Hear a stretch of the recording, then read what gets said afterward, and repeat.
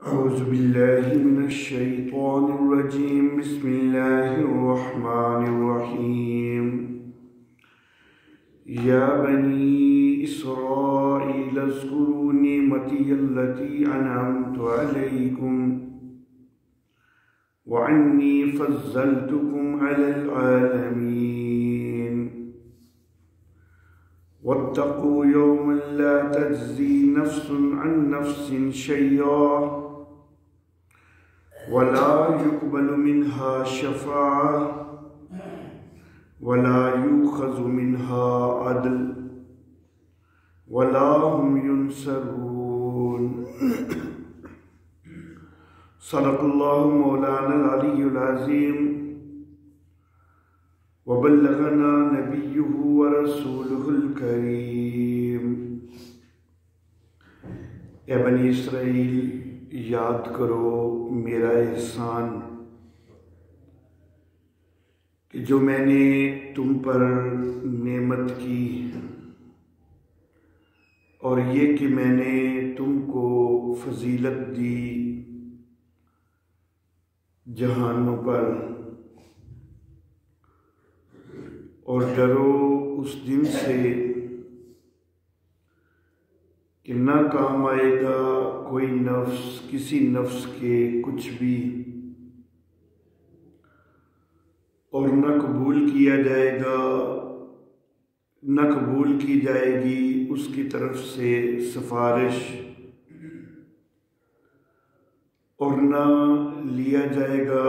اس کی طرف سے کوئی فدیہ، اور نہ ہی وہ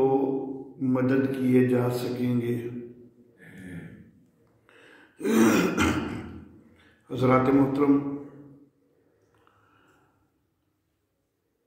سورت کی ابتدا سے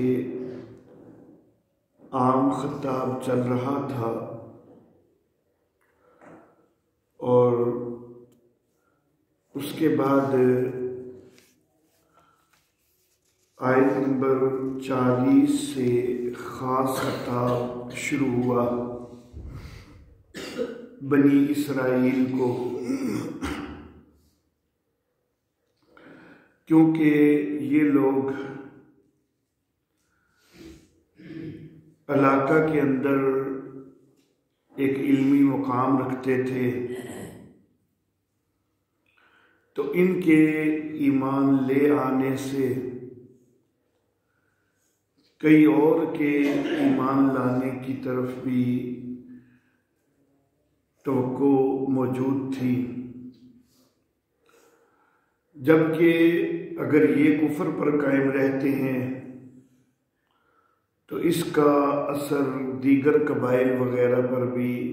پڑنے کی توقع تھی۔ تو خاص بنی اسرائیل کو خطاب کیا جا رہا ہے۔ آیت نمبر 40 سے یہ خطاب شروع ہوا اور بنی اسرائیل کو ایمان لانے کی دعوت دی گئی۔ اسی چیز کو آگے بڑھاتے ہوئے اللہ رب العزت ایک دفعہ پھر ان کو خطاب کرتے ہوئے ارشاد فرماتے ہیں کہ اے بنی اسرائیل، اپنے اوپر میرے احسان کو یاد کرو جو میں نے تمہارے اوپر احسان کیا۔ بنی اسرائیل کے اوپر اللہ رب العزت نے کافی سارے انعامات کیے، جو کہ اس سے اگلی آیات مبارکہ میں آ رہے ہیں۔ 8 انعامات کا تذکرہ عنقریب اگلی آیات میں آ رہا ہے کہ جو انعامات بنی اسرائیل پر کیے گئے تھے، یہ اللہ رب العزت کے بڑے انعامات تھے، بڑے احسانات تھے۔ تو بنی اسرائیل کو توجہ دلائی جا رہی ہے ان انعامات کی طرف کہ جب اللہ رب العزت نے اتنے انعامات کیے ہیں تو پھر تمہیں بھی تو شکر گزار ہونا چاہیے، اور شکر گزاری کا تقاضا یہ ہے کہ اللہ رب العزت کے ہر حکم کو تسلیم کرو۔ تو خود تمہاری کتابوں کے اندر اس نبی کی پیشین گوئیاں موجود ہیں، تو شکر گزاری کا تقاضا تو یہی تھا کہ ان پیشین گوئیوں کو بھی تسلیم کرتے ہوئے محمد عربی صلی اللہ علیہ وسلم کو اللہ کا نبی مانے، لیکن تم اس چیز کی طرف نہیں آ رہے۔ تمہیں اللہ کا شکر گزار ہونا چاہیے، اس کی نعمتوں کا احساس کرنا چاہیے، اور پھر اللہ رب العزت نے تمہیں جہانوں پر فضیلت بھی عطا کی۔ جہانوں پر فضیلت مراد ہے جہان والوں پر فضیلت، اور بنی اسرائیل ان کو ایک طویل عرصہ تک دیگر ساری اقوام کے اوپر فضیلت حاصل رہی۔ یہاں پر جو اللہ رب العزت نے یہ ارشاد فرمایا ہے کہ تم کو جہانوں پر فضیلت عطا کی، تو یہ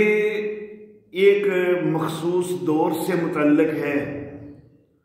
اس میں ہمیشہ کی فضیلت کا تذکرہ اللہ رب العزت نے نہیں فرمایا، بلکہ اللہ رب العزت ان آیات میں اور اگلی کافی ساری آیات میں بنی اسرائیل کو ان کا ماضی یاد دلا رہے ہیں۔ اذکروا نعمتی التی انعمت علیکم، اس میں بھی ماضی ہی یاد دلایا جا رہا ہے، اور آگے پھر جو انعامات 8 انعامات یاد کروائے جا رہے ہیں تو وہ بھی ماضی کے حوالہ سے ہیں۔ تو پھر یہ بات کہ انی فضلتکم علی العالمین، تو یہ بھی ان کے ماضی کے حوالہ سے ہے کہ ایک دور رہا ہے کہ تم کو پورے جہان کے اوپر فضیلت حاصل رہی ہے۔ یہ وہ دور ہے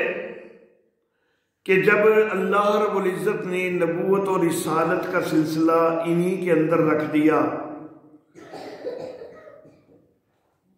حضرت یعقوب علیہ السلام و تسلیمات کے بعد جتنے بھی انبیاء کرام علیہم السلام آئے ہیں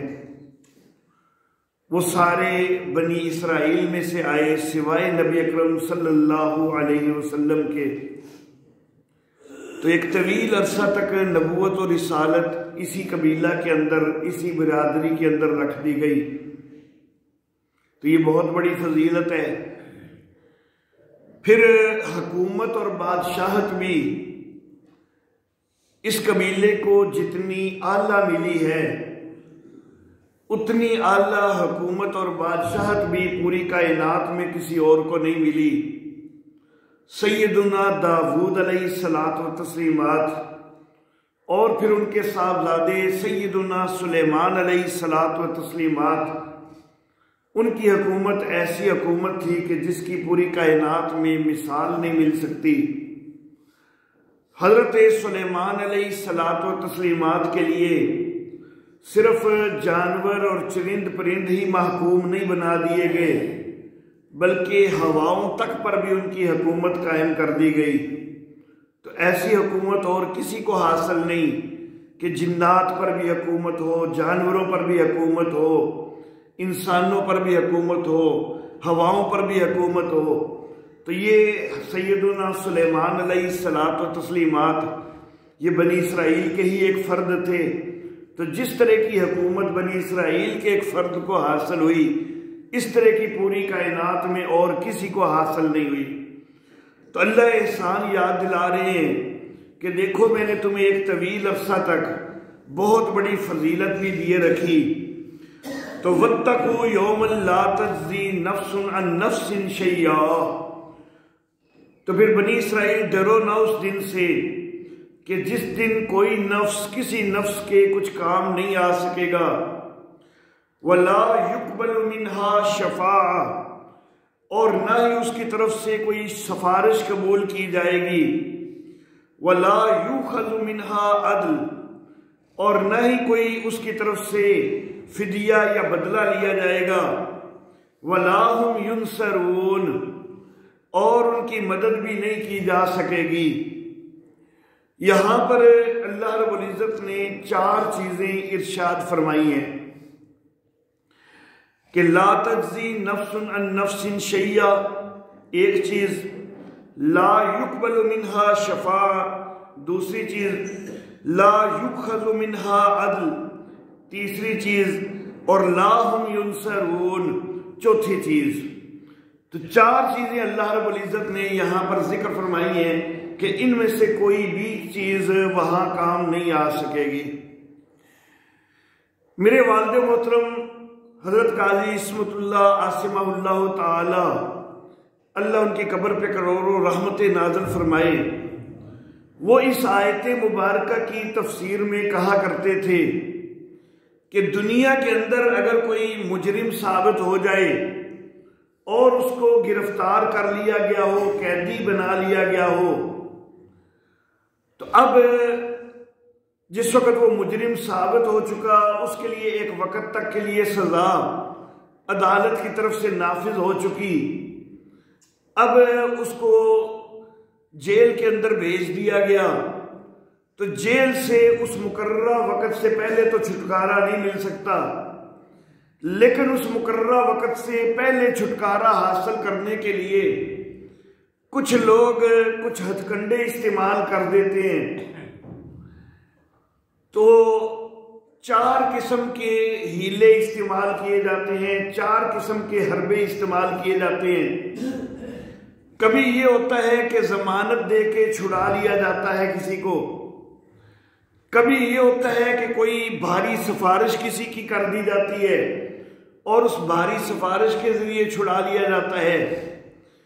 کبھی کوئی رشوت پیش کر دی جاتی ہے اور رشوت دے کر چھڑا لیا جاتا ہے، اور کبھی کسی کا جتھا مضبوط ہو تو وہ زبردستی اس کے ساتھی دھاوا بول کے تو وہ قیدی کو چھڑا لیا کرتے ہیں۔ تو عموماً یہ 4 حربے استعمال کیے جاتے ہیں، لیکن اللہ رب العزت کی پکڑ جو ہے وہ ایسی مضبوط پکڑ ہے، ایسی سخت پکڑ ہے کہ اللہ رب العزت نے ان 4 چیزوں کا تذکرہ فرما دیا کہ ان میں سے وہاں پر کچھ بھی کام نہیں آ سکے گا۔ لا تجزی نفس عن نفس شیئا، کوئی نفس کسی نفس کے کچھ کام نہیں آ سکے گا، ضمانت دے کے چھڑا کوئی نہیں سکے گا۔ لا یقبل منہا شفاعت، شفاعت بھی قبول نہیں کی جائے گی، تو کوئی سفارش کر کے کوئی چھڑا لے یہ بھی نہیں ہو سکے گا۔ وَلَا يُؤْخَذُ مِنْهَا عَدْلٌ، اور کوئی بدلہ دیا ہے وہ بھی اس کی طرف سے فدیہ کوئی وہ بھی نہیں لیا جا سکے گا، کوئی رشوت وغیرہ معاذ اللہ ثم معاذ اللہ نہیں دی جا سکے گی اللہ کو۔ وَلَا هُمْ يُنصَرُونَ، کوئی جتھا بھی آ کر مدد کر کے چھڑا لے یہ بھی نہیں ہو سکے گا۔ پوری کائنات مل کر بھی اللہ کی پکڑ سے چھڑانے کی کوشش کرے تو چھڑا کوئی نہیں سکتی۔ اللہ اللہ، تو بنی اسرائیل ڈرو نہ پھر اس دن سے، اور اس دن کا ڈر رکھو، دنیاوی فائدے اور دنیاوی نفع ان کو مد نظر نہ رکھو، اس دن کا ڈر رکھو اور اس نبی پر ایمان قبول کرو۔ اب یہاں پر جو 4 چیزیں ذکر فرمائی گئی ہیں، ان میں سے پہلی چیز کہ کوئی نفس کسی نفس کے کام نہیں آئے گا، کوئی ضمانت وغیرہ دے کے چھڑایا نہیں جا سکے گا، یہ ایک واضح اور متفقہ بات ہے، اس کے اندر کوئی اشکال والا معاملہ نہیں۔ دوسری چیز کو فی الوقت چھوڑ کے تیسری چیز کو دیکھیں کہ کوئی فدیہ کوئی بدلہ لینا یہ بھی نہیں ہو سکے گا کہ اس کے بدلے میں کچھ لے لیا جائے اور اس کو چھوڑ دیا جائے، یہ بھی ایک حتمی اور پختہ بات، پکی بات، واضح بات جس میں کوئی اشکال والا معاملہ نہیں۔